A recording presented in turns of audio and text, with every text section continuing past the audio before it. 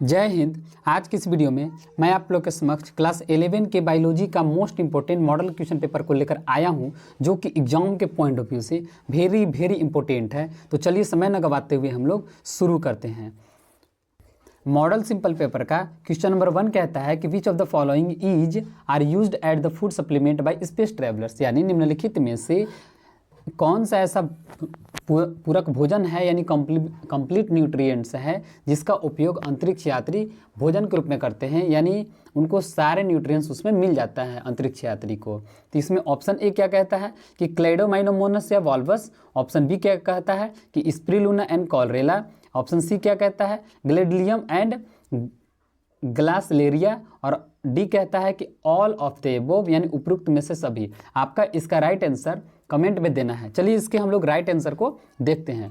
तो जो स्प्रिलुना और कॉलरेला होती है, वो कंप्लीट भोजन के लिए जाना जाता है। उसको क्या जाना जाता है? कंप्लीट भोजन के लिए उसको जाना जाता है। कंप्लीट भोजन के लिए उसको हम लोग जानते हैं, यानी स्प्रिलुना को कंप्लीट भोजन कहा जाता है। जो आप लोग काई के नाम से जानते होंगे, यानी जो काई होता है समुद्र के अंदर या पानी के अंदर एक काई होती है, उसी को हम लोग क्या कहते हैं? स्प्रिलुना कहते हैं। और उसमें कंप्लीट फूड होता है, यानी कंप्लीट न्यूट्रिएंट्स उसमें पाए जाते हैं। तो इसका राइट आंसर क्या हो जाएगा? ऑप्शन बी हो जाएगा, यानी फर्स्ट का ऑप्शन बी हो जाएगा। आइए अब हम लोग आगे देखते हैं कि क्वेश्चन नंबर 2 का राइट आंसर क्या होगा। तो देखिए क्वेश्चन नंबर 2 कहता है कि माइकोराजा यानी माइकोराजा is an association of which of the following, यानी माइकोराजा निम्न में से किसके बीच संबंध को दर्शाता है। ऑप्शन दिया हुआ है आपको, यानी माइकोराजा को रिलेशन बताना है कि किसके बीच संबंध को बताता है, दर्शाता है। ऑप्शन क्या है? फर्स्ट अलगेई एंड फंगी, यानी शैवाल और कवक। ऑप्शन बी क्या है? ब्रायोफाइटा एंड टेरियोफाइटा, यानी ब्रायोफाइटा या टेरिडोफाइटा। ऑप्शन बी है। ऑप्शन सी क्या है? अलगेई एंड पीनस, यानी अलगेई यानी शैवाल और पाइनस होता है क्या? और ऑप्शन डी क्या है? फंगी एंड पाइनस, यानी फंगी और पाइनस। तो आपको माइकोराजा के बीच संबंध को बताना है कि दो के बीच रिलेशन कौन होता है, किसको माइकोराजा हम लोग बोलते हैं, किसके रिलेशन को बोलते हैं। तो आपको इसका आंसर कमेंट में देना है। चलिए हम इसके राइट आंसर को देखते हैं कि इसका राइट आंसर क्या होगा। तो इसका जो राइट आंसर होगा वो डी हो जाएगा, यानी फंगस और पाइनस के बीच ये रिलेशन को दिखाता है। क्या दिखाता है माइकोराजा? फंगस और पाइनस के बीच रिलेशन को शो करता है, दर्शाता है। चलिए अब हम लोग क्वेश्चन नंबर 3 को देखते हैं कि क्वेश्चन नंबर 3 का राइट आंसर क्या होगा। तो क्वेश्चन नंबर 3 कहता है कि the largest animal phyla are, यानी जंतु जगत में सबसे बड़ा फाइलम का नाम बताना है। क्या बताना है? जंतु जगत में सबसे बड़ा फाइलम का आपको नाम बताना है। चलिए फाइलम नंबर 1 को देखते हैं। फाइलम मतलब एक प्रकार का समझिएगा प्रजाति। फाइलम मतलब क्या समझिएगा? प्रजाति समझिएगा। तो देखिए जंतु जगत में सबसे जो बड़ा फाइलम होता है वो कौन होता है? चलिए इसके ऑप्शन को पहले डिस्कस कर लेते हैं। तो ऑप्शन ए है ऑर्थोपोडस। ऑप्शन ए क्या है? ऑर्थोपोडस। ऑप्शन बी क्या है? एस्के हेलमेंथीज, यानी क्या है? एस्के हेलमेंथीज। ऑप्शन सी क्या है? स्तनपाई, जो स्तनधारी होते हैं, मैमल्स होते हैं, वे होते हैं क्या? और ऑप्शन डी क्या है? मोलस्का। आपको इसको बताना है कि जो जंतु जगत होते हैं, एनिमल जो किंगडम होता है, उसमें सबसे बड़ा फाइलम यानी प्रजाति का नाम आपको बतानी है, और इसके राइट आंसर को आप कमेंट में जरूर दीजिएगा। चलिए अब हम इसके राइट आंसर को देखते हैं कि इसका राइट आंसर क्या होगा।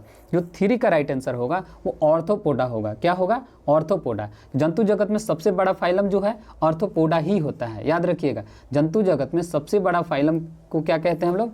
ऑर्थोपोडा कहते हैं, यानी सबसे बड़ा फाइलम यही होता है।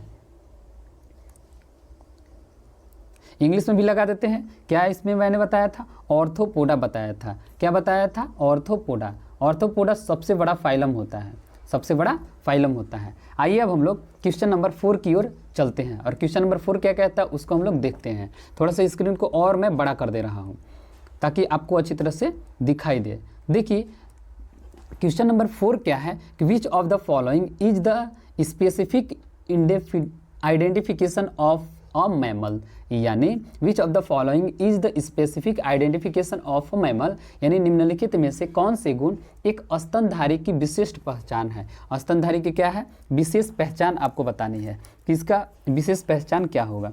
तो इसका जो विशेष पहचान होता है किसका, स्तनधारी का, वो क्या होता है, चलिए ऑप्शन को देखते हैं। पहला ऑप्शन क्या है, मेमोरी ग्लैंड यानी स्तन ग्रंथि। ऑप्शन बी क्या है, एक्सटर्नल ईयर यानी पीना जिसको बोलते हैं, बाहरी वाला कान। या ऑप्शन सी क्या है, बॉडी हेयर यानी जो शरीर पर जो बाल होते हैं वे होते हैं। या ऑप्शन डी क्या है, ऑल द एवोव यानी उपयुक्त सभी। पहला ऑप्शन क्या था, मेमोरी ग्लैंड यानी सभी स्तन ग्रंथि, एक्सटर्नल ईयर बाहरी कान, बॉडी हेयर यानी बाल जो शरीर पर बाल होता है, या ऑप्शन डी ऑल द एवोव यानी उपयुक्त सभी। आपको इसका राइट आंसर कमेंट में देना है। चलिए आप इसका राइट आंसर कमेंट में दीजिए, तब तक हम लोग इसका राइट आंसर को देखते हैं। जो फोर्थ का राइट आंसर होगा वो क्या हो जाएगा, सभी हो जाएगा। क्या हो जाएगा, सभी हो जाएगा, क्योंकि जितने भी स्तनधारी होते हैं उसमें स्तन ग्रंथि तो होता ही है। क्या होता है, स्तन ग्रंथि होगा तब तो स्तनधारी होंगे। बाहरी कान होगा यानी बाहरी उनका कान दिखाई देगा। सभी स्तनधारी में कान कहाँ दिखाई देते हैं, बाहरी कर्ण दिखाई देती है। और शरीर पर उनके बाल जरूर दिखेंगे। तो ये जितने भी ऑप्शन हैं वे सब के सब एक स्तनधारी की क्या है, विशेष पहचान है। ये सब के सब क्या है, एक स्तनधारी की विशेष पहचान है। यानी जितने भी मैमल्स होते हैं उनकी एक विशेष पहचान होती है। तो इसका राइट जो आंसर हो जाएगा वह क्या हो जाएगा, उपयुक्त सभी, ऑल द एवोव। आइए अब हम लोग इसके क्वेश्चन नंबर 5 की ओर चलते हैं। क्वेश्चन नंबर 5 क्या है, तो क्वेश्चन नंबर 5 है कि which of the following statements is are correct with respect to pneumatophores यानी न्यू मेटाफोर, जो न्यू मेटाफोर होता है के संबंध में निम्नलिखित कथनों में से कौन सा कथन सही है। यानी जो न्यू मेटाफोर्स होता है, ये जो न्यू मेटाफोर्स है, इस न्यू मेटाफोर्स के बारे में आपको बताना है कि कौन सा जो स्टेटमेंट है राइट है, कौन सा स्टेटमेंट सही है। तो चलिए अब हम लोग इसके राइट ऑप्शन को पहले पढ़ लेते हैं, ऑप्शन को पढ़ लेते हैं। तो चलिए ऑप्शन क्या है, they are modification of stem यानी ये तने का रूपांतरण है। यानी जो न्यू मेटाफोर होता है उसमें क्या तने का रूपांतरण होता है। ऑप्शन बी क्या है, they help in getting oxygen for respiration यानी ये श्वसन के लिए जरूरी ऑक्सीजन को ग्रहण करने में मदद करता है। ऑप्शन बी क्या कहा कि they help in getting oxygen for respiration यानी ये श्वसन के लिए जरूरी ऑक्सीजन को ग्रहण करने में मदद करता है, लेने में मदद करता है। ऑप्शन सी क्या है, बोथ ऑफ द एवोव यानी उपयुक्त दोनों, यानी जो ए और बी होगा वो दोनों होगा, क्या वो ऑप्शन सी है। और ऑप्शन डी क्या है, नन ऑफ दीज यानी नन ऑफ एवोव यानी उपयुक्त में से कोई नहीं। चलिए आप इसके राइट आंसर को कमेंट में फटाफट दीजिए, तब तक हम लोग इसका राइट आंसर को देखते हैं कि इसका राइट आंसर क्या होगा। तो जो 5 का जो राइट आंसर होगा वो क्या हो जाएगा, सिर्फ और सिर्फ बी हो जाएगा। क्या हो जाएगा, बी, क्योंकि न्यू मेटाफोर में श्वसन के लिए जरूरी ऑक्सीजन ग्रहण करने में मदद करता है। न्यू मेटाफोर में क्या होता है, ऑक्सीजन ग्रहण करने में मदद करता है। क्या करता है, ऑक्सीजन ग्रहण करने में मदद करता है। जो O2 होती है, तो O2 को लेने में कौन मदद करता है, न्यू मेटाफोर करता है। न्यू मेटाफोर क्या करता है, ऑक्सीजन को ग्रहण करने में मदद करता है। इसलिए इसका राइट आंसर क्या हो जाएगा, बी हो जाएगा। आइए अब हम लोग क्वेश्चन नंबर 6 को देखते हैं कि the term venation is use to designated यानी वेनिएशन शब्द का उपयोग किसके लिए किया जाता है, यानी the term venation is use to designated. तो देखते हैं ऑप्शन ए को देखते हैं पहले, pattern of arrangement of leave on the stem यानी तने पर पत्तियों की व्यवस्था, तने पर पत्तियों की व्यवस्था होती है। वेनिएशन शब्द का प्रयोग पत्ते पर जो आपका जो धारी होते हैं उनकी व्यवस्था होती है। दूसरा क्या होते हैं, pattern of arrangement of leave on branch यानी शाखाओं पर पत्तियों के लगे रहने का क्रम को बताता है। जो शाखा पर जो पत्ती लगते हैं उसका सीरीज को बताता है। या ऑप्शन सी क्या है, the arrangement of ovules with in the ovary यानी अंडाशय में बीजांड के लगे रहने का क्रम बताता है। अंडाशय में बीजांड बहुत सारे होते हैं, अंडाशय में क्या होते हैं, बीजांड बहुत सारे होते हैं। तो बीजांड में लगे रहने का क्या एक क्रम बताता है, सीरीज बताता है ये वाला। और ऑप्शन डी क्या है, the arrangement of veins and the veinlets in the lamina of leaf या पत्ती पर सिरा या सिरिकाओं का विन्यास है। आप इसके राइट आंसर को कमेंट में फटाफट दीजिए। तब तक अब हम इसको राइट आंसर को देखते हैं कि इसका राइट आंसर क्या होगा। तो जो इसके राइट आंसर होगा वो क्या होगा, डी होगा। राइट आंसर डी हो जाएगा। क्यों होगा कि देखिए कि जो वेनिएशन शब्द का यूज होता है वो पत्ती पर सिरा और सिरिकाओं का विन्यास को बताता है। किसको बताता है कि पत्ती पर जो सिरा और सिरिकाओं का विन्यास होता है उसी को, डिजाइन को बताता है। यानी the arrangement of veins and the veinlets in the lamina of leaf यानी पत्ती पर सिरा और सिरिकाओं का विन्यास को ये दिखाता है। तो इस क्वेश्चन नंबर 6 का राइट ऑप्शन क्या हो जाएगा, डी हो जाएगा। आइए अब हम क्वेश्चन नंबर 7 की ओर चलते हैं। क्वेश्चन नंबर 7 क्या है, तो चलिए क्वेश्चन नंबर 7 को देखते हैं कि क्वेश्चन नंबर 7 क्या कहता है। तो देखिए क्वेश्चन नंबर 7 आपके सामने है और इसको बड़ा कर देते हैं ताकि आपको दिखाई दे। तो देखिए क्वेश्चन नंबर 7 क्या है कि which of the following pairs is correctly matched, यानी निम्नलिखित में से कौन सा युग्म सुमेलित है, मैच कर रहा है, करेक्ट ऑप्शन कौन मैच कर रहा है। चलिए ऑप्शन को देखते हैं। Bisexual flower, flower having either statement और ओनली कार्पल्स, यानी द्विलिंगी पुष्प वैसा फूल जिसमें पुंकेसर और अंडप में से कोई एक ही जननांग हो।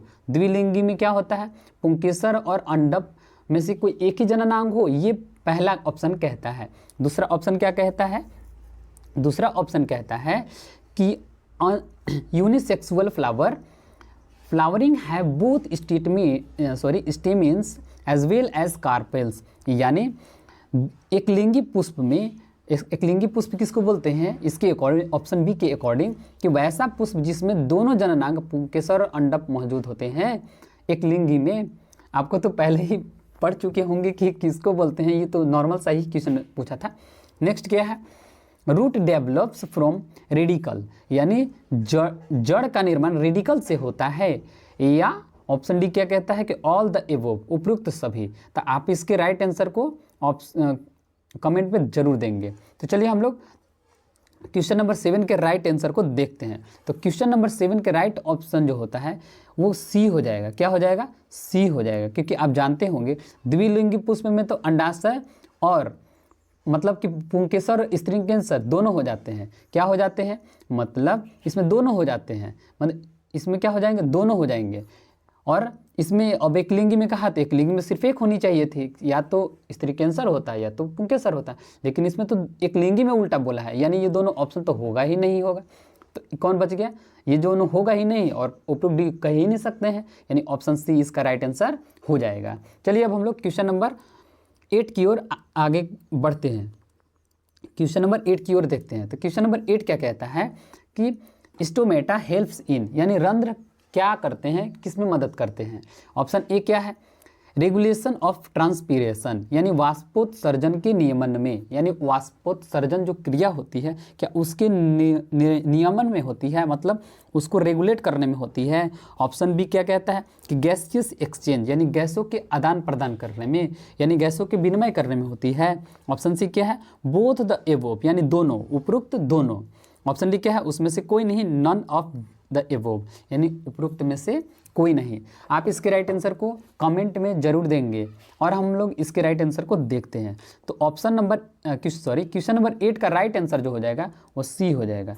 क्यों होगा, क्योंकि देखिए रंध्र जो होता है वाष्पोत्सर्जन की क्रिया भी करते हैं और गैसों के एक्सचेंज में भी काम करते हैं, इसलिए इसका राइट आंसर क्या हो जाएगा, 8 का सी हो जाएगा, यानी उपयुक्त दोनों हो जाएगा। दोनों क्रिया इसमें साथ साथ होती है, दोनों क्रिया ये कर सकता है, स्टोमेटा दोनों काम कर सकता है। चलिए अब हम लोग क्वेश्चन नंबर 9 की ओर देखते हैं कि क्वेश्चन नंबर 9 क्या कहता है। देखिए क्वेश्चन नंबर 9 कहता है कि the vascular system in a plants is composed of which of the following, यानी पादपों में संवहनी तंत्र का निर्माण निम्नलिखित में से कौन करता है। फिर से क्वेश्चन पढ़ते हैं, the vascular system in plants is composed of which of the following, पादपों में संवहनी तंत्र का निर्माण निम्न में से कौन कौन करता है। चलिए ऑप्शन को देखते हैं। तो ऑप्शन क्या है, एपिडर्मल सेल्स एंड स्टोमेटा, यानी एपिडर्मल की कोशिका या तथा रंध्र, ये बोला है, किसको बोला है, वैस्कुलर सिस्टम को कंपोज्ड करने में। वैस्कुलर सिस्टम क्या होता है ये आप अच्छी तरह से पढ़े होंगे, और नहीं पढ़े हैं तो वैस्कुलर सिस्टम को आप अच्छी तरह से जरूर पढ़ेंगे। इसको आप लिख लीजिए, क्योंकि वैस्कुलर जो सिस्टम होती है आपके एग्जाम में भी आई होती है, वो क्या होती है उसको आप अच्छी तरह से जरूर देख लेंगे। तो चलिए हम लोग वैस्कुलर सिस्टम में क्या हमने देखा कि the vascular system is plants is composed of which of the following, यानी पादपों में संवहनी तंत्र का निर्माण निम्नलिखित में से कौन करता है। संवहनी मतलब समझते होंगे, संवहन मतलब समझते होंगे, जिससे गैस में संवहन ही होता है कि एक पार्टिकल दूसरे को ठेल ढकुल करता है और आगे की ओर बढ़ता है, तो उसी को हम संवहन कहते हैं। ये तो आपको पता ही होगा।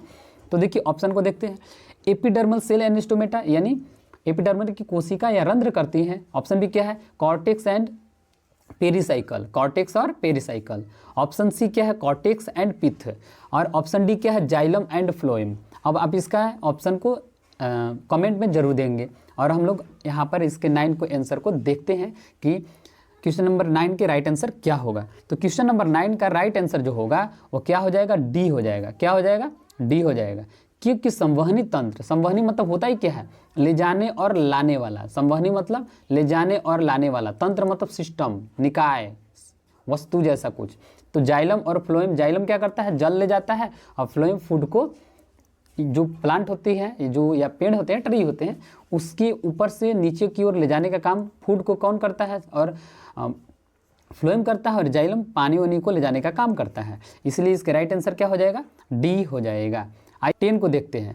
तो क्वेश्चन नंबर 10 क्या कहता है कि कार्डियक मांसपेशियां कोशिकाएं निम्नलिखित में से किसकी विशेष पहचान है? देखिए यहाँ पर थोड़ा सा मेरे को पढ़ने में दिक्कत इसलिए हो रही है क्योंकि यहाँ पर थोड़ा सा साफ दिखाई नहीं दे रहा है जब मैं यहाँ से, और आपको तो पढ़ने से मतलब है। तो देखिए, कार्डियक मांसपेशीय कोशिकाएं निम्न में से किसकी पहचान है? तो कार्डियक की जो मांसपेशीय कोशिकाएं होती हैं किसकी पहचान होती है उसको देखते हैं। पहला है लीवर, यानी ऑप्शन ए क्या है? यकृत यानी लीवर। बी क्या है? किडनी यानी वृक्क, किडनी मतलब वृक्क। और हम लोग आगे ऑप्शन को देखते हैं कि कार्डियक मांसपेशीय किसकी कोशिका की पहचान होती है, हम लोग आगे देखेंगे।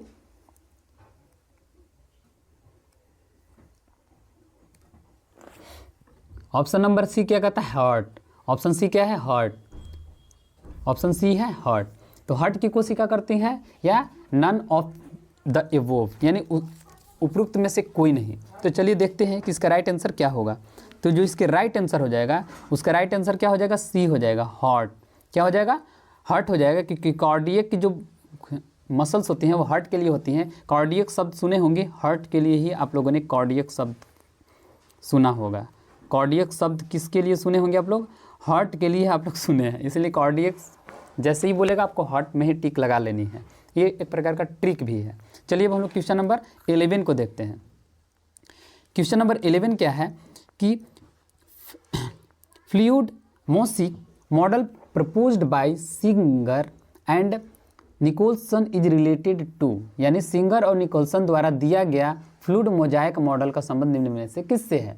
तो देखिए, सिंगर और निकोलसन नाम के साइंटिस्ट थे, उन्होंने कुछ मॉडल दिया था। उन्होंने क्या दिया था? कुछ मॉडल दिया था, कुछ मॉडल को उन्होंने लाया था, और उसी मॉडल को हम लोग सिंगर और निकोलसन मॉडल कहते हैं। यानी ये बॉडी से रिलेटेड है। जब आप सेल पढ़ रहे होंगे तो वहाँ पर सिंगर और निकोलसन मॉडल जरूर पढ़े होंगे। तो चलिए हम लोग थोड़ा पूरा एक्सप्लेन नहीं कर पाएंगे, इसलिए हम लोग को यहाँ तैयारी कराना मेन मकसद है। इसलिए चलिए हम लोग देखते हैं। तो पहला सिंगर और निकोलसन ने क्या मॉडल बनाया था, किससे रिलेटेड था, उसको देखते हैं। देखिए, वॉक्यूल्स यानी रसधानिया से रिलेटेड था, या माइटोकाइंड्रिया यानी सूत्रकणिका से था, या सेल मेम्ब्रेन कोशिका झिल्ली से था, कि उसमें से कोई नहीं से था। यानी ऑप्शन डी कहता है कि उपरोक्त में से कोई नहीं, नन ऑफ द एबव। तो चलिए आप इसके राइट आंसर को कमेंट में जरूर देंगे। हम लोग इसके राइट आंसर को देखते हैं। तो 11 का जो राइट आंसर हो जाएगा वो क्या हो जाएगा? सेल मेम्ब्रेन से रिलेटेड था। किससे था? कोशिका झिल्ली से था, क्योंकि सिंगर निकोलसन ने कोशिका झिल्ली से ही संबंधित एक मॉडल निकाला था, जिसको हम लोग फ्लूइड मोजाइक मॉडल कहते हैं। क्या कहते हैं? फ्लूइड मोजाइक मॉडल कहते हैं। कोई आपको डाउट नहीं होगी ये किससे रिलेटेड था? तो सेल मेम्ब्रेन से रिलेटेड था। सेल मेम्ब्रेन से ये रिलेटेड था, यानी कोशिका झिल्ली से रिलेटेड था।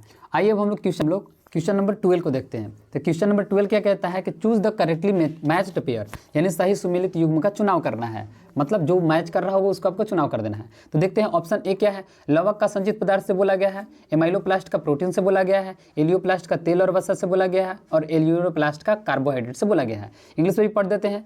यानी प्लेस्टिड का किससे कहा गया? स्टोरेज और मटेरियल से, एमाइलोप्लास्ट का प्रोटीन से, एलियोप्लास्ट का ऑयल एंड फैट से, और एलियोप्लास्ट का कार्बोहाइड्रेट से। आप इसके राइट आंसर को कमेंट में फटाफट देंगे। चलिए अब हम लोग क्वेश्चन नंबर 12 के राइट आंसर को खुद से देखते हैं। तो जो क्वेश्चन नंबर 12 का राइट ऑप्शन जो हो जाएगा एमाइलोप्लास्ट, क्योंकि एमाइलोप्लास्ट का जो है एमाइलोप्लास्ट प्रोटीन से रिलेटेड होता है। यानी एमाइलोप्लास्ट किससे रिलेटेड होता है? प्रोटीन से रिलेटेड होता है, इसलिए इसका राइट आंसर क्या हो जाएगा, बी हो जाएगा, 12 का बी हो जाएगा। आइए अब हम लोग क्वेश्चन नंबर 13 की ओर अग्रसर होते हैं, आगे की ओर बढ़ते हैं। तो क्वेश्चन नंबर 13 क्या कहता है कि peptide bond is found to be present in, यानी पेप्टाइड जो बंध होता है, बंधन होता है, पेप्टाइड बॉन्ड किसमें मिलता है, इसको बताना है। तो चलिए देखते हैं। ऑप्शन ए क्या है, कार्बोहाइड्रेट। ऑप्शन ए क्या है, कार्बोहाइड्रेट। ऑप्शन बी क्या है, प्रोटीन। ऑप्शन सी क्या है, फैट्स यानी वसा। और ऑप्शन डी क्या है, ऑल द एबोव यानी उपरोक्त सभी। तो इसके राइट आंसर को आप कमेंट में फटाफट जरूर दीजिएगा। चलिए अब हम इसके राइट आंसर को देखते हैं। तो 13 का जो राइट आंसर हो जाएगा वो पेप्टाइड का किससे है, प्रोटीन से है। पेप्टाइड का क्या से हो जाएगा, प्रोटीन, क्योंकि प्रोटीन में ही पेप्टाइड बंध बनता है। कौन सा बंध बनता है, पेप्टाइड बॉन्ड बनता है। पेप्टोन सुने होंगे नाम, क्या सुने होंगे, पेप्टोन आप लोगों ने सुना होगा, पेप्टोन। और पेप्टोन से ही पेप्टाइड बंध बनता है। तो इसका राइट आंसर क्या हो जाएगा 13 का, वो बी हो जाएगा, यानी इसका राइट आंसर बी हो जाएगा। आइए अब हम लोग क्वेश्चन नंबर 14 की ओर अग्रसर होते हैं कि 14 क्वेश्चन क्या है।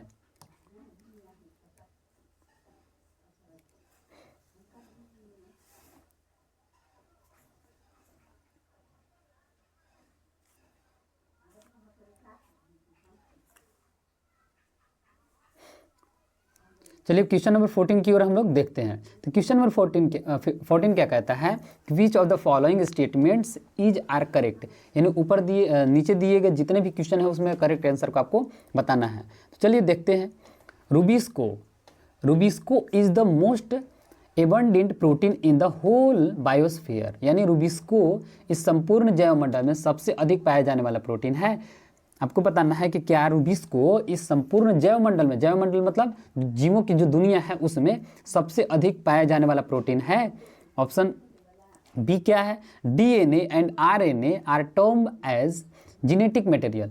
डीएनए और आरएनए का यूज हम लोग जीनेटिक यानी आनुवांशिक पदार्थ के रूप में करते हैं, यानी इसका यूज कैसे करते हैं हम लोग, आनुवांशिक पदार्थ के रूप में करते हैं, यानी डीएनए और आरएनए को आनुवंशिक पदार्थ के नाम से जाना जाता है। या नेक्स्ट क्या है, collagen is the most abundant protein in animal world, यानी कोलेजन जंतु जगत में सबसे अधिक पाया जाने वाला प्रोटीन है। और ऑप्शन डी क्या है, ऑल द एबोव यानी उपरोक्त सभी। आप इसके राइट आंसर को कमेंट में फटाफट जरूर दीजिएगा। चलिए अब हम इसको राइट आंसर को देखते हैं। जो इसका राइट आंसर हो जाएगा 14 का, वो सभी हो जाएगा, क्योंकि सभी में देखने को मिलता है, यानी सभी कथन सही है। रूबिस्को इस संपूर्ण जैवमंडल में सबसे अधिक पाया जाने वाला प्रोटीन है, बिल्कुल राइट है। आप इसको याद कर लीजिए। डीएनए का यूज हम लोग आनुवांशिक पदार्थ के लिए करते ही हैं। कोलेजन जंतु जगत में सबसे अधिक पाया जाने वाला प्रोटीन है, यानी जैवमंडल में सबसे ज़्यादा पाया जाने वाला प्रोटीन कौन सा है, रूबिस्को। और कोलेजन क्या है, जंतु जगत में ना पाया जाने वाला प्रोटीन है, इसलिए इसका राइट आंसर क्या हो जाएगा, डी हो जाएगा। आइए अब हम लोग क्वेश्चन नंबर 15 की ओर अग्रसर होते हैं। तो देखिए, chiasma formation take place at which of the following stage of meiosis, यानी कोयज्मा का जो निर्माण होता है मियोसिस के किस चरण में होता है, आपको बताना है। कोयज्मा का निर्माण चरण बताना है, स्टेप बताना है। तो पहला स्टेप इसमें दिया हुआ है, ऑप्शन ए क्या है, डिप्लोटीन। दूसरा ऑप्शन क्या है, जाइगोटीन। और तीसरा ऑप्शन क्या है, पैकेटीन।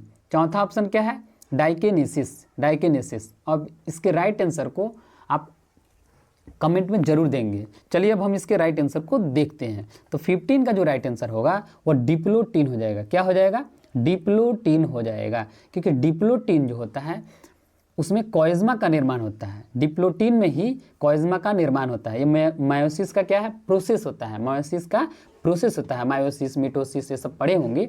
तो मायोसिस की प्रोसेस में ही कोयज्मा का निर्माण होता है, जिसमें हम लोग इस चरण को क्या कहते हैं, डिप्लोटीन चरण कहते हैं, डिप्लोटीन स्टेज कहते हैं। यानी डिप्लोटीन स्टेज में किसका निर्माण होता है, कोयज्मा का निर्माण होता है, और मियोसिस का एक चरण का नाम होता है। आइए अब हम लोग क्वेश्चन नंबर 16 की ओर अग्रसर होते हैं।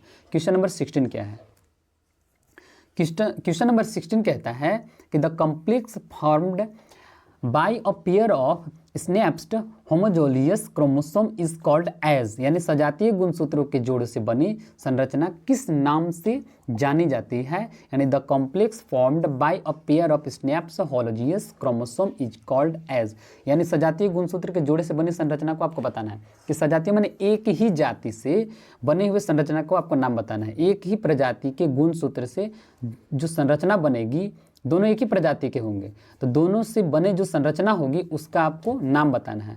पहला ऑप्शन क्या है, बाईवैलेंट। क्या है, बाईवैलेंट। दूसरा है टेट्राइड सी क्या है, all the above. C option क्या है, ऑल द एबोव। और ऑप्शन डी यहाँ पर नहीं दिख रहा है इंग्लिश में, लेकिन हिंदी में दिया हुआ है, यानी none of the above. Option D क्या है, उपरोक्त में से कोई नहीं। तो चलिए आप इसके राइट आंसर को कमेंट में जरूर दीजिए। चलिए हम लोग भी देखते हैं कि क्वेश्चन नंबर 16 का राइट आंसर क्या होगा। तो क्वेश्चन नंबर 16 का right answer all the above होगा, यानी सभी होगा, क्योंकि सजातीय गुणसूत्र से बने संरचना को बाइवैलेंट में भी नाम से जाना जाता है, टेट्राइड्स के नाम से जाना जाता है, यानी इसलिए दोनों नाम से जानता है, ये दोनों के दोनों नाम से जाना जाता है, इसीलिए हम लोग उपरोक्त सभी लिख देंगे। ऑप्शन नंबर सी आपका करेक्ट आंसर हो जाएगा। आइए अब हम लोग क्वेश्चन नंबर 16 की ओर अग्रसर होते हैं। क्वेश्चन नंबर 16 क्या कहता है? तो क्वेश्चन नंबर 16 कहता है कि which of the following statement is are correct with the respect to meiosis. Meiosis के संदर्भ में भी अभी फिर बताना है। मतलब देखिए, मियोसिस का क्वेश्चन हम लोगों ने पीछे भी देखा, अभी भी मियोसिस का क्वेश्चन हम लोगों ने देखा, यानी मियोसिस से रिलेटेड जितने भी जो फैक्ट होंगे, टर्म होंगे, आप इसको जरूर याद कर लीजिएगा। ये एग्जाम के पॉइंट ऑफ व्यू से वेरी वेरी इंपॉर्टेंट है। चलिए अब हम लोग आगे देखते हैं। तो which of the following statements is are correct with respect to meiosis, यानी मियोसिस के संदर्भ में निम्नलिखित में से कौन सा कथन सही है, राइट है। चलिए ऑप्शन को देखते हैं। It helps in the formation of gametes, यानी यह युग्मक के निर्माण में मदद करता है। ऑप्शन बी क्या है, it is known as reduction division, यानी इसे अर्धसूत्री विभाजन के नाम से जाना जाता है। अर्धसूत्री मतलब आधा आधा विभाजन ना। नेक्स्ट क्या है, during meiosis number of chromosome reduced to half, यानी मियोसिस के दौरान गुणसूत्रों की संख्या आधी रह जाती है। जब मियोसिस होती है, मियोसिस मायोसिस आप पढ़े होंगे, तो मियोसिस के संबंध जब ड्यूरिंग मियोसिस यानी मियोसिस के दौरान गुणसूत्रों की संख्या आधी रह जाती है। और ऑप्शन डी क्या है, ऑल द एबोव, यानी उपरोक्त सभी। आप इसके राइट आंसर को कमेंट में जरूर देंगे। चलिए अब हम इसके राइट आंसर को देखते हैं। इसका जो राइट आंसर हो जाएगा वो डी हो जाएगा। राइट आंसर क्या हो जाएगा, डी हो जाएगा। क्यों होगा, क्योंकि मियोसिस में जो है जीमेट्स फॉर्मेशन भी होता है। मियोसिस में किसका फॉर्मेशन होता है, जीमेट्स का भी फॉर्मेशन होता है। फिर उसके बाद इसको रिडक्शन डिवीजन के नाम से जाना जाता है, माने अर्धसूत्री के नाम से जाना जाता है, अर्धसूत्री। और अर्धसूत्री में क्या होता है, गुणसूत्र की संख्या क्या हो जाती है, आधी रह जाती है। जो क्रोमोसोम की जो संख्या होती है वो हाफ हो जाती है। ये इसका मतलब होगा कि सब के सब मियोसिस टर्म्स में होते हैं, मियोसिस के प्रोसेस में होते हैं, इसलिए ऑल द एबव इसका राइट आंसर हो जाएगा। आइए हम लोग क्वेश्चन नंबर 18 को देखते हैं कि क्वेश्चन नंबर 18 क्या है। तो क्वेश्चन नंबर 18 कहता है कि splitting of water is associated with, यानी जल के विखंडन का संबंध निम्नलिखित में से कौन सा है। यानी splitting of water is associated with, जल जब विखंडित होता है, टूटता है, तो इसके बारे में कौन सा कथन सही है या कौन सा कथन इसमें मैच कर रहा है, जल के विखंडन से संबंधित, यानी स्प्लिटिंग ऑफ वाटर से रिलेटेड।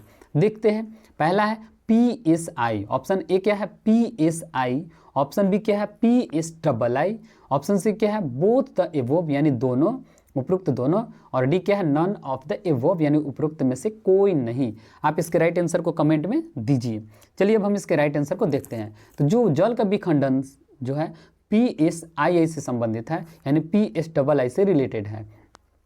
ये भी क्वेश्चन आपका जो है वेरी वेरी इंपॉर्टेंट है, इसको भी आप अच्छी तरह से तैयार कर लेंगे। जल के विखंडन से संबंधित जो टर्म्स हैं, फैक्ट हैं, वो आप जरूर इसको याद कर लेंगे। तो चलिए अब हम लोग क्वेश्चन नंबर 19 की ओर अग्रसर होते हैं। क्वेश्चन नंबर 19 को देखते हैं। तो क्वेश्चन नंबर 19 क्या है, which of the following statements is are correct, इसमें से कौन सा ऑप्शन सही है, स्टेटमेंट कौन सा सही है, कथन सही है, आपको बताना है। क्या है, Calvin cycle is also known as C3 cycle, यानी कैल्विन साइकिल को C3 चक्र के नाम से जाना जाता है। ऑप्शन बी क्या है, Hatch Slack cycle is also known as C4 cycle, यानी हेल्स-लेक चक्र को C4 के नाम से जाना जाता है। ऑप्शन डी क्या है, Kranz anatomy is characteristic feature of C4 plant, यानी क्रॉन शारीरिक जो होता है C4 पौधों की विशिष्टता है, गुण है। ऑप्शन डी क्या है, in C4 plants primary carbon dioxide acceptor is oxaloacetic acid, यानी OAA, यानी ऑक्जिलेटिक एसिड को क्या कहते हैं, OAA कहते हैं। यानी C4 पौधों में ऑक्जिलेटिक अम्ल कार्बन डाइऑक्साइड की प्राथमिक ग्राही है, लेने वाला है। यानी फिर से ऑप्शन को देख लीजिए, क्योंकि ये क्वेश्चन थोड़ा सा अच्छा है, आप समझ लीजिएगा। तो क्या है, Calvin cycle is also known as C3 cycle, यानी C3 साइकिल को कैल्विन साइकिल कहते हैं। आपको सही आंसर बताना है और कुछ नहीं। नेक्स्ट है C4 साइकिल को हैश साइकिल कहा जाता है। उसी तरह से C4 जो प्लांट में होते हैं क्रंच एंटोनॉमी यानी क्रंच शारीरिक की विशिष्टता होती है, और in C4 plants primary carbon acceptor is oxaloacetic acid, यानी C4 पौधों में ऑक्जेलिक एसिड कार्बन डाइऑक्साइड की प्राथमिक ग्राही यानी लेने वाला काम है। ऑप्शन को आप समझ में आ गया होगा, आप इसके राइट आंसर को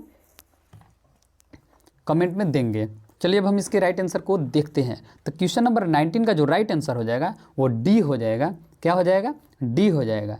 क्यों, क्योंकि ये जो केल्विन चक्र को C3 के चक्र नाम से नहीं जाना जाता है। ऑप्शन क्या है, यानी हैले स्लेग को C4 चक्र के नाम से नहीं जाना जाता है, और उसी तरह से क्रांच शारीरिक की विशिष्टता C4 नहीं होती है, इसलिए इसका राइट आंसर क्या हो जाएगा, डी हो जाएगा।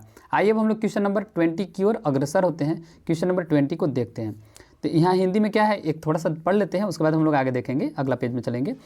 रक्त यानी ब्लड में ऑक्सीजन का परिवहन यानी ट्रांसपोर्टेशन ऑफ जो ऑक्सीजन मुख्य रूप से किस रूप में होता है, यानी किस फॉर्म्स में होता है, आपको बताना है, मेन फॉर्म्स बताने हैं।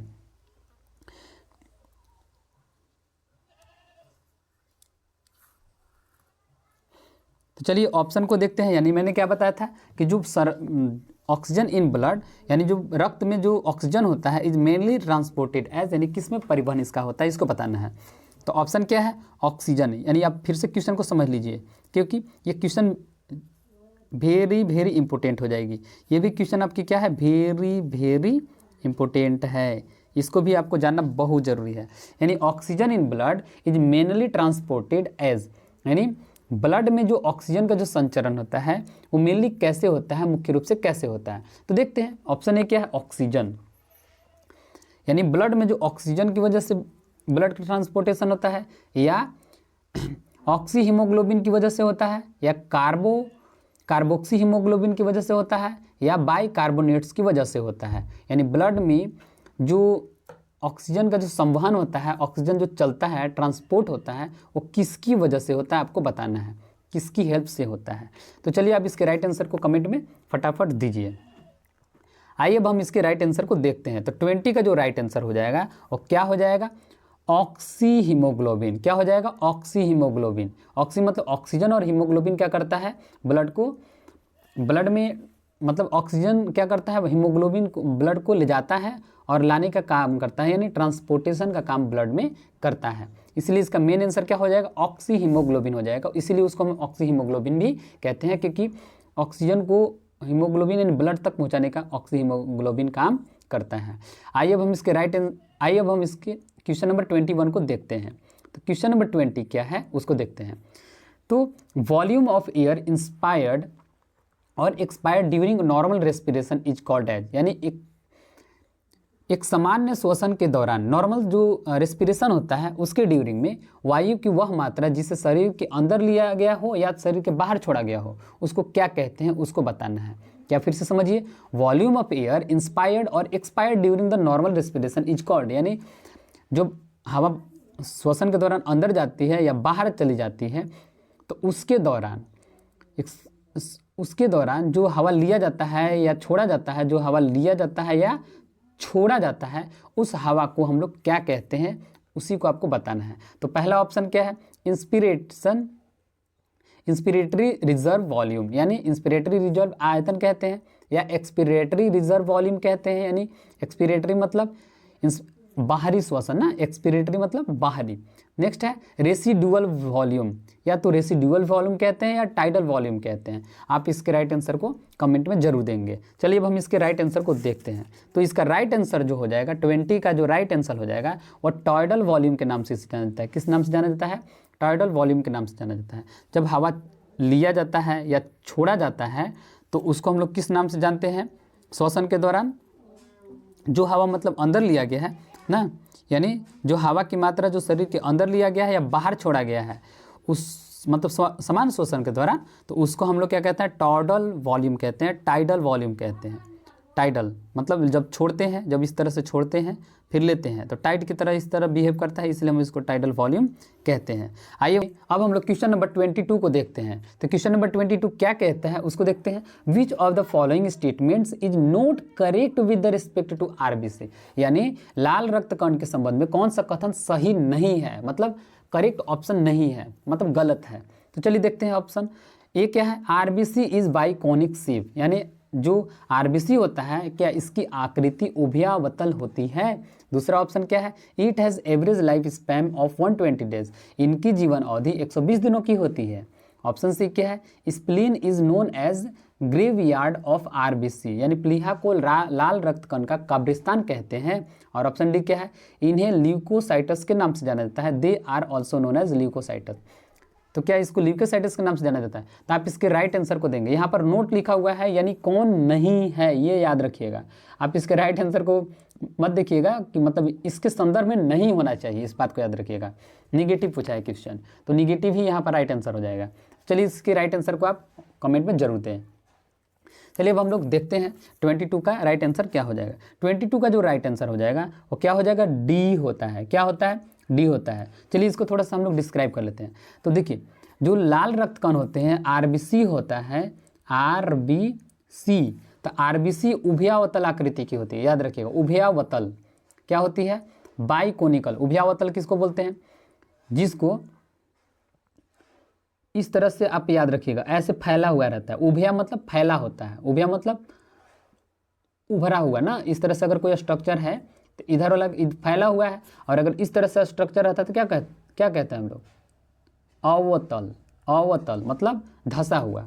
तो उभयावतल बाइकोनिक होता है, याद रखिएगा। इस तरह से इसकी आकृति होती है, किसकी, आरबीसी की आकृति इस तरह से होती है। तो राइट आंसर तो होगा ही ये, लेकिन निगेटिव पूछा है। आगे देखते हैं। इसकी जीवन अवधि 120 दिन की होती है। तो आपको पता होगा कि आरबीसी का जो जीवन अवधि होता है वो कितना दिन का होता है, 120 दिनों की होती है। नेक्स्ट है आरबीसी की कब्रगाह किसको कहते हैं, प्लीहा को कहा जाता है। बात सही है। इसकी कब्रगाह किसको कहते हैं, 120 दिनों बाद प्लीहा ये मर जाता है, प्लीहा इसको कब्रगाह इसलिए कहते हैं। यानी प्लीहा को आरबीसी का कब्रगाह के नाम से जाना जाता है, इसलिए इसका राइट आंसर क्या हो जाएगा, ल्यूकोसाइटस हो जाएगा। आइए अब हम लोग क्वेश्चन नंबर 23 को देखते हैं। तो क्वेश्चन नंबर 23 क्या है। एरिथ्रोब्लास्टोसिस फिटलेस निम्न में से किससे संबंधित है। ये क्वेश्चन वेरी इंपॉर्टेंट है, याद रखिएगा। ये क्वेश्चन क्या है, वेरी इंपॉर्टेंट है और एग्जाम में ये क्वेश्चन जरूर आएगी। आप एकदम गांठ बांध के रख लीजिए, इसलिए आप इसको ना भूलें। एरिथ्रोब्लास्टिस फिटलेस जो है ये क्वेश्चन एग्जाम में कई बार आ चुकी है और ये आएगी भी। तो आपको समझ में आया होगा कि एरिथ्रोब्लास्टोसिस फिटलेस जो है आप एग्जाम में ज़रूर तैयार करके जाएं, क्योंकि ये नीट में भी वेरी इंपॉर्टेंट हो जाएगी। नीट में भी ये कई बार क्वेश्चन आ चुकी है, तो आईसी की बात तो अलग ही है, इसलिए आप इसको तैयारी कर लें, वेरी इंपॉर्टेंट है। तो चलिए अब हम लोग देखते हैं एरिथ्रोब्लास्टोसिस फिटलेस निम्न में से किससे संबंधित है। तो देखिए किससे संबंधित है एरिथ्रोब्लास्टोसिस। तो जो है RH भी मतलब वैल्यू बताता है ना, माता को। RH किसको बताता है, माता को, और RH प्लस वाला क्या बताता है, पिता को। दूसरा क्या है, माइनस वाला RH जो है पिता को और प्लस वाला माता को। आइए अब हम लोग आगे ऑप्शन को देख लेते हैं। 23 का 8 इसको देख लेते हैं। थोड़ा सा बड़ा मैं कर लेता हूँ ताकि आपको अच्छी तरह से दिखाई दे। थोड़ा ब्लर आता है इसलिए दिक्कत होती है समझाने में। आप लोग समझदार होंगे इसलिए फिर भी आपको दिख रही होगी शायद। फिर क्या है, RH माइनस जो होता है निगेटिव वैल्यू RH का, वो पिता को, और निगेटिव वैल्यू माता को, क्या दोनों होगा। और नेक्स्ट क्या है, प्लस वाले पिता को और प्लस वाले माता को। तो देखिए इसके राइट आंसर को आप कमेंट में दें। देखिए इसको फिर से ऑप्शन बता देते हैं।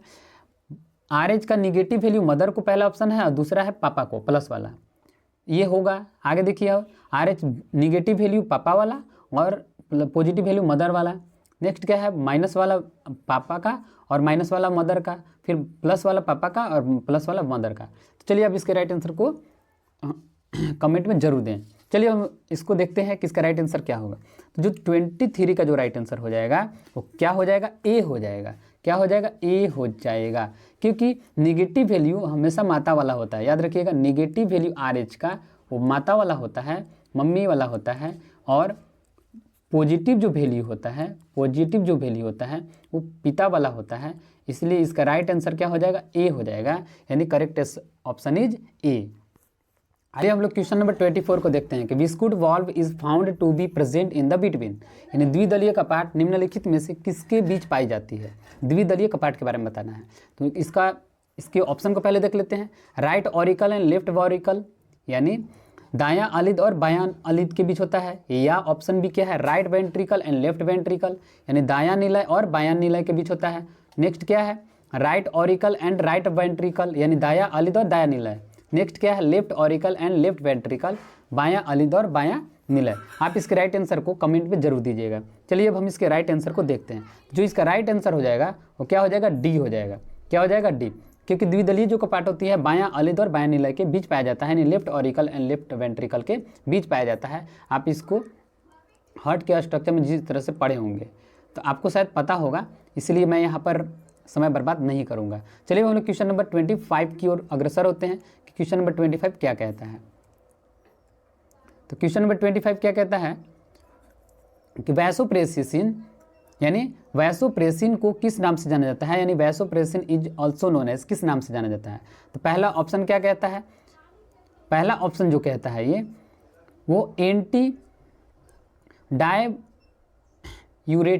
हार्मोन, यानी एंटी डाययूरेटिक हार्मोन इसको नाम से जानता है, यानी वैसोप्रेसिन को, या डाययूरेटिक हार्मोन के नाम से जानता है, या 3F हार्मोन के नाम से जाना जाता है। ऑप्शन डी क्या है, इमरजेंसी हार्मोन के नाम से जाना जाता है। यानी वैसोप्रेसिन को किस नाम से जाना जाता है, आपको ऑप्शन में देख करके राइट आंसर को कमेंट में देना है। चलिए हम लोग इसके राइट आंसर को राइट आंसर को हम लोग देखने का प्रयास करते हैं। तो 25 का जो राइट आंसर हो जाएगा वो क्या हो जाएगा, ए हो जाएगा। यानी 25 के राइट आंसर क्या हो जाएगा, एंटी डाययूरेटिक हार्मोन्स के नाम से इसको जाना जाता है, यानी वैसोप्रेसिन को एंटी डाययूरेटिक हार्मोन के नाम से जाना जाता है। आइए हम लोग क्वेश्चन नंबर 26 की ओर अग्रसर होते हैं। क्वेश्चन नंबर 26 क्या है, तो क्वेश्चन नंबर 26 कहता है कि पीसीटी मतलब समीपस्थ संभावित नलिका से संबंधित निम्नलिखित में से कौन सा कथन सही नहीं है, करेक्ट नहीं है। तो पहला ऑप्शन क्या है, यह वृषनुमा संरचना सरल युक्त क्यूबोडल कोशिकाओं से स्तरित होती है, मतलब लेयरिंग होती है। दूसरा ऑप्शन क्या है, यह पुनरावसन या श्रवण का मुख्य भाग है। ऑप्शन सी क्या है, ये पोडोसाइट से पाए जाते हैं। ऑप्शन डी क्या है, इसमें से कोई नहीं। यानी पीसीटी के बारे में आपको बताना है, बस आप कुछ नहीं करना है, चाहे इंग्लिश में पढ़िए चाहे हिंदी में पढ़िए, पीसीटी के बारे में आपको बताना है कि कौन सा राइट आंसर इसका हो जाएगा। आइए हम लोग इसके इंग्लिश मीडियम को भी देख लेते हैं कि इंग्लिश मीडियम में क्या है, नहीं तो फिर दिक्कत हो जाएगा। तो चलिए इंग्लिश मीडियम को हम लोग देखते हैं।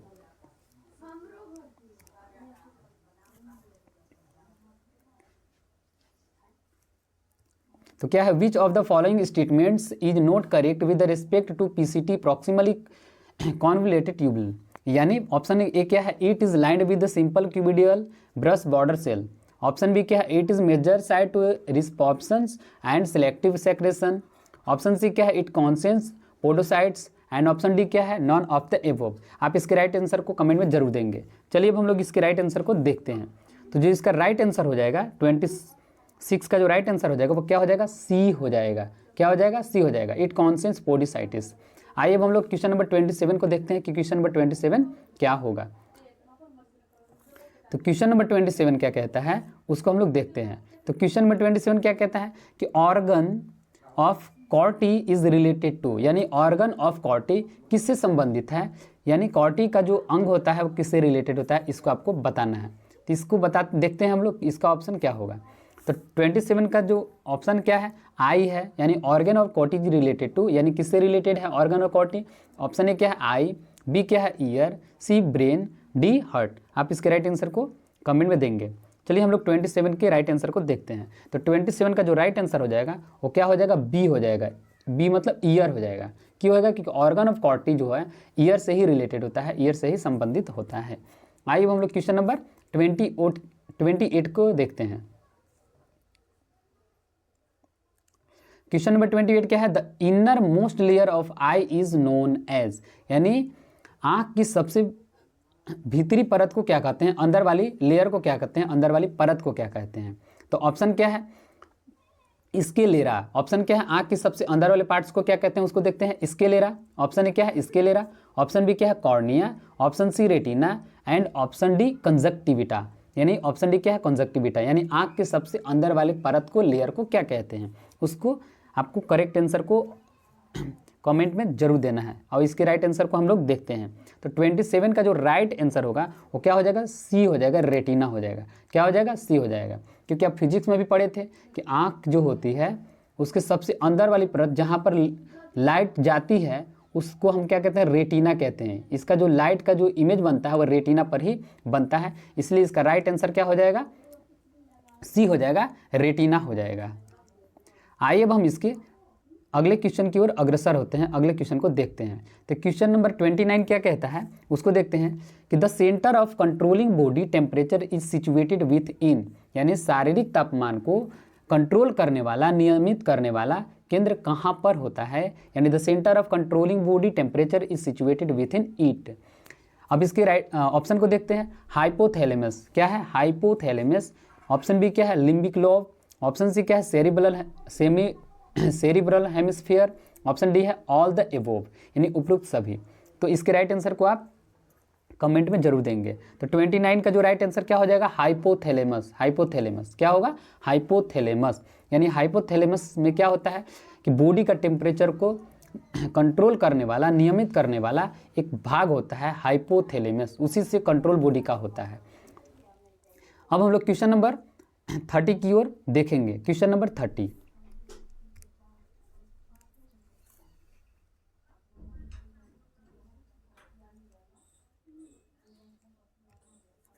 तो क्वेश्चन नंबर 29 का इंग्लिश में क्या था, hypothalamus.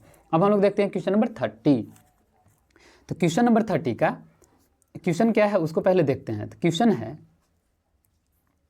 Which of the following hormones is are secreted by neurohypophysis, यानी निम्नलिखित में से कौन सा हार्मोन न्यूरोफाइसोसिस के द्वारा होता है। न्यूरोफाइसिस के द्वारा कौन सा हार्मोन का सेक्रेशन होता है, सेक्रेटेड होता है। चलिए ऑप्शन को देखते हैं। पहला ऑप्शन क्या है, ऑक्सीटोसिन और वैसोप्रेसिन, यानी ऑक्सीटोसिन और वैसोप्रेसिन। दूसरा क्या है, prolactin and LH. Option D क्या है, ग्रोथ हार्मोन्स। और ऑप्शन डी क्या है, ऑल द एबोव, यानी उपरोक्त सभी। तो इसके राइट आंसर को हम लोग देखते हैं कि इसका राइट आंसर क्या होगा। तो 30 का जो राइट आंसर क्या हो जाएगा, वो हो जाएगा ए हो जाएगा। 30 के राइट आंसर ए हो जाएगा, यानी ऑक्सीटोसिन और वैसोप्रेसिन इसका राइट आंसर हो जाएगा। आइए अब हम लोग क्वेश्चन नंबर 31 को देखते हैं कि क्वेश्चन नंबर 31 क्या है। तो क्वेश्चन नंबर 31 में है कि which of the following is also known as an emergency hormone, यानी निम्नलिखित में से किसे आपातकालीन हार्मोन के नाम से जाना जाता है, यानी इमरजेंसी हार्मोन के नाम से जाना जाता है, उसको हम लोग देखते हैं। तो ऑप्शन ए क्या है, एड्रीनेलिन, यानी एड्रीनेलिन हार्मोन होता है, तो एड्रीनेलिन। ऑप्शन बी क्या है, थायरॉक्सिन। ऑप्शन सी क्या है, TSH। और ऑप्शन डी क्या है, ACTH। आप इसके राइट आंसर को कमेंट में जरूर देंगे। चलिए अब हम लोग इसके राइट आंसर को देखते हैं, क्योंकि समय बर्बाद नहीं करनी है। तो 31 का राइट आंसर क्या होगा, एड्रीनलिन। क्या हो जाएगा, एड्रीनलिन हो जाएगा, क्योंकि एड्रीनलिन को ही आपातकालीन हार्मोन के नाम से जाना जाता है, यानी इमरजेंसी हार्मोन्स के नाम से इसे जाना जाता है, किससे, एड्रीनलिन को। अब हम लोग क्वेश्चन नंबर 32 को देखते हैं कि क्वेश्चन नंबर 32 क्या है। इंसुलिन इज सेक्रेटेड बाय, यानी इंसुलिन का स्राव किसके द्वारा होता है। चलिए अब हम लोग इसको देखते हैं। तो क्वेश्चन नंबर 32, इंसुलिन का स्राव किसके द्वारा होता है, यानी insulin is secreted by which cell. देखते हैं, पहला अल्फा सेल, पहला ऑप्शन क्या है, अल्फा कोशिकाएं, यानी अल्फा सेल। दूसरा क्या है, बीटा सेल, यानी बीटा कोशिकाएं। गामा सेल्स, यानी गामा कोशिकाएं। और सिग्मा सेल्स, यानी सिग्मा की कोशिकाएं। आप इसके राइट आंसर को कमेंट में जरूर देंगे। तो चलिए हम लोग इसके राइट आंसर को देखते हैं। तो 32 का जो राइट आंसर होगा वो क्या हो जाएगा, बी हो जाएगा, क्योंकि इंसुलिन का स्राव जो होता है बीटा सेल्स के द्वारा होता है। इंसुलिन का स्राव बीटा सेल्स के द्वारा होता है। ये भी वेरी वेरी इंपॉर्टेंट है, क्योंकि इंसुलिन से रिलेटेड एग्जाम में क्वेश्चन जरूर आएगी। अब हम लोग क्वेश्चन नंबर 33 की ओर अग्रसर होते हैं कि क्वेश्चन नंबर 33 क्या है।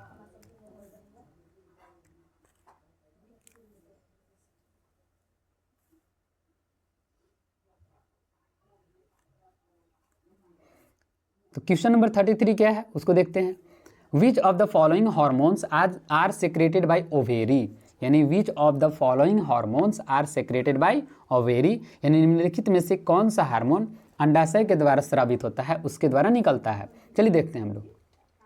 ऑप्शन ए क्या है, एस्ट्रोजन। ऑप्शन ए क्या है, एस्ट्रोजन। ऑप्शन बी क्या है, प्रोजेस्टेरोन। ऑप्शन ए क्या था, एस्टेरोजन, और ऑप्शन बी क्या है, प्रोजेस्टेरोन। ऑप्शन सी है बोथ द एवोव। ऑप्शन सी क्या है, उपरोक्त सभी, और ऑप्शन डी है नॉन ऑफ द एवोव, यानी उपरोक्त में से कोई नहीं। आप इसके राइट आंसर को कमेंट में जरूर देंगे। चलिए हम लोग 33 के राइट आंसर को देखते हैं। तो 33 का जो राइट आंसर हो जाएगा वो सी हो जाएगा। क्या हो जाएगा, 33 का राइट आंसर क्या हो जाएगा, सी हो जाएगा। सॉरी यहाँ पर थोड़ा सा गलत हो गया था, इसको मिटाना पड़ेगा।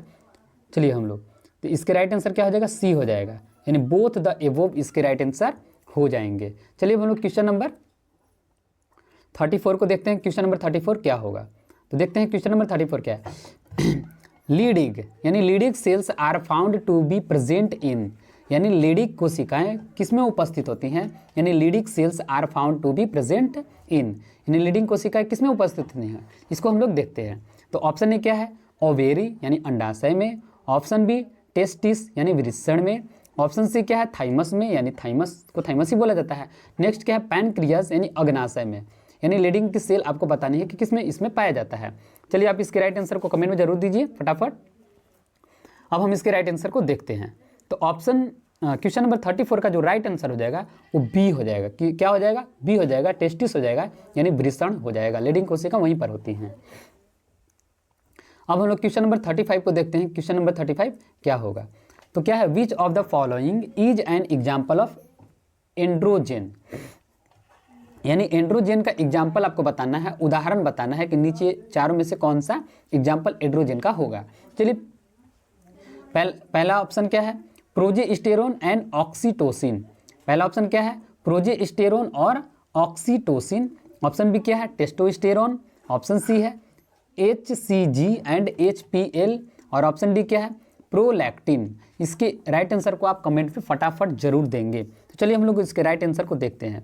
तो 35 का जो राइट आंसर हो जाएगा वो क्या हो जाएगा, टेस्टोस्टेरोन हो जाएगा, यानी टेस्टोस्टेरोन से ही एंड्रोजन का एग्जाम्पल होता है। एंड्रोजन का एग्जाम्पल क्या हो जाता है, टेस्टोस्टेरोन एंड्रोजन का ही एक एग्जाम्पल होता है। आइए अब हम लोग क्वेश्चन नंबर 36 की ओर आगे बढ़ते हैं।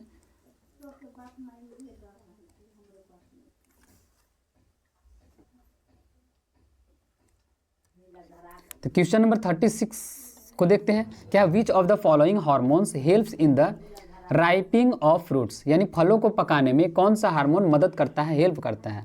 Which of the following hormone helps in ripening of fruits, यानी फलों को पकाने में कौन सा हार्मोन का यूज होता है, कौन सा हार्मोन इसको हेल्प करता है, मदद करता है। पहला ऑप्शन क्या है, एथिलीन। दूसरा ऑप्शन क्या है, ऑक्सिन। तीसरा क्या है, जिब्रेलिन, और चौथा है साइटोकाइनिन। आपको बताना है कि फलों को पकाने वाला हार्मोन किसको कहते हैं। आप इसके राइट आंसर को फटाफट कमेंट में जरूर दें। चलिए हम लोग इसके राइट आंसर को देखते हैं। तो 36 का जो राइट आंसर होगा वो क्या हो जाएगा, एथिलीन। क्या हो जाएगा इसका राइट आंसर, एथिलीन। एथिलीन को ही फलों को पकाने वाला हार्मोन भी कहा जाता है। ये क्लास 10 में भी आप लोगों ने पढ़ा था। चलिए अब हम लोग क्वेश्चन नंबर 37 को देखते हैं। क्वेश्चन नंबर 37 क्या होगा, process of ageing in plants is term as, यानी पादपों में बुढ़ापे के आने की प्रक्रिया क्या कहलाती है, यानी पादप कब बुढ़ाता है, इस प्रक्रिया को हम लोग क्या कहते हैं। चलिए देखते हैं।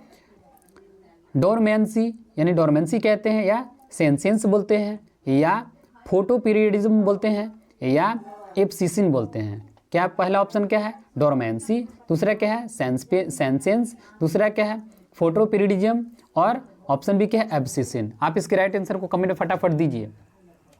तो चलिए देखते हैं इसके राइट आंसर को। 37 का राइट आंसर क्या होगा, 37 का राइट आंसर बी होगा, कि सेंसेंस ही होता है। पौधों में बुढ़ापे आने की प्रक्रिया को हम सेंसेंस ही कहते हैं ना। जैसे जैसे पौधा बढ़ता जाता है, दिन बीतते जाती है, तो पौधे पुराने होते चले जाते हैं, तो उस प्रक्रिया को हम सेंसेंस के नाम से जानते हैं। यानी पौधा छोटा था, फिर पौधा बड़ा हो जाएगा, और फिर पत्ते जो उसके तना होंगे, जो डाली होंगे, वो मोटे मोटे हो जाएंगे, तो उसी प्रक्रिया को हम क्या कहते हैं, सेंसेंस बोलते हैं। उसी को हम लोग सेंसेंस ही उसको बोला जाता है। इसलिए 37 का राइट आंसर बी हो जाएगा। चलिए अब हम लोग 38 क्वेश्चन नंबर की ओर बढ़ते हैं। तो 38 क्वेश्चन क्या है उसको हम लोग देखते हैं। तो the volume of urine released per day is equal to, यानी शरीर में उत्सर्जित जो यूरिन की मात्रा होती है वो कितनी होती है, यानी औसतन कितनी होती है, कितना मतलब प्रतिदिन होता है, यूरिन कितना निकलता है, उसको हम लोग देखते हैं। तो 38 का जो ऑप्शन देखते हैं पहले। ऑप्शन ए क्या है, 180 लीटर पर डे, यानी प्रतिदिन 180 लीटर निकलती है। या दूसरा क्या है, 125 मिलीलीटर पर मिनट, यानी 125 मिलीलीटर पर मिनट। ऑप्शन सी क्या है, 1.5 लीटर पर डे, यानी 1.5 लीटर प्रतिदिन। और ऑप्शन डी क्या है, 5 लीटर पर डे, यानी 5 लीटर प्रतिदिन। आप इसके राइट आंसर को कमेंट में जरूर देंगे। चलिए अब हम इसके राइट आंसर को देखते हैं। 38 का जो राइट आंसर होगा वो क्या हो जाएगा, सी हो जाएगा, यानी 1.5 लीटर पर डे तो निकलना ही निकलना है, यानी इतनी होनी चाहिए। यानी पानी हम लोग को लगातार पीते रहनी चाहिए, इससे साबित होता है, क्योंकि 1.5 लीटर पर डे होनी चाहिए पानी की मात्रा। चलिए हम लोग क्वेश्चन नंबर 39 को देखते हैं। क्वेश्चन नंबर 39 क्या है कि निम्न में से किस जंतु समूह में 4 कोशिकीय हृदय पाया जाता है, मतलब किस जो एनिमल के ग्रुप में 4 हृदय का पार्ट पाया जाता है, पार्ट्स पाया जाता है, कोष्ठ पाया जाता है, घर पाया जाता है, उस तरह से समझ सकते हैं बॉक्सेस।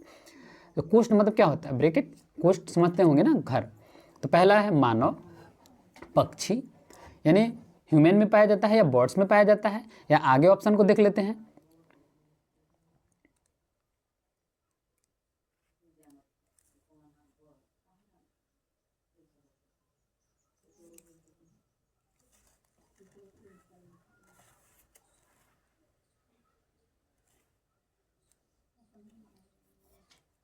या क्रोकोडाइल यानी मगरमच्छ, या ऑल द एबोव, सब में।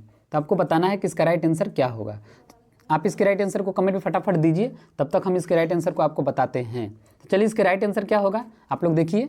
39 का जो राइट आंसर हो जाएगा डी हो जाएगा, सभी में होता है, यानी आदमी भी पाया जाता है, पक्षी में भी पाया जाता है, मगरमच्छ में पाया जाता है, इसलिए सब में, सबका क्या हो जाएगा, ऑल द एबोव।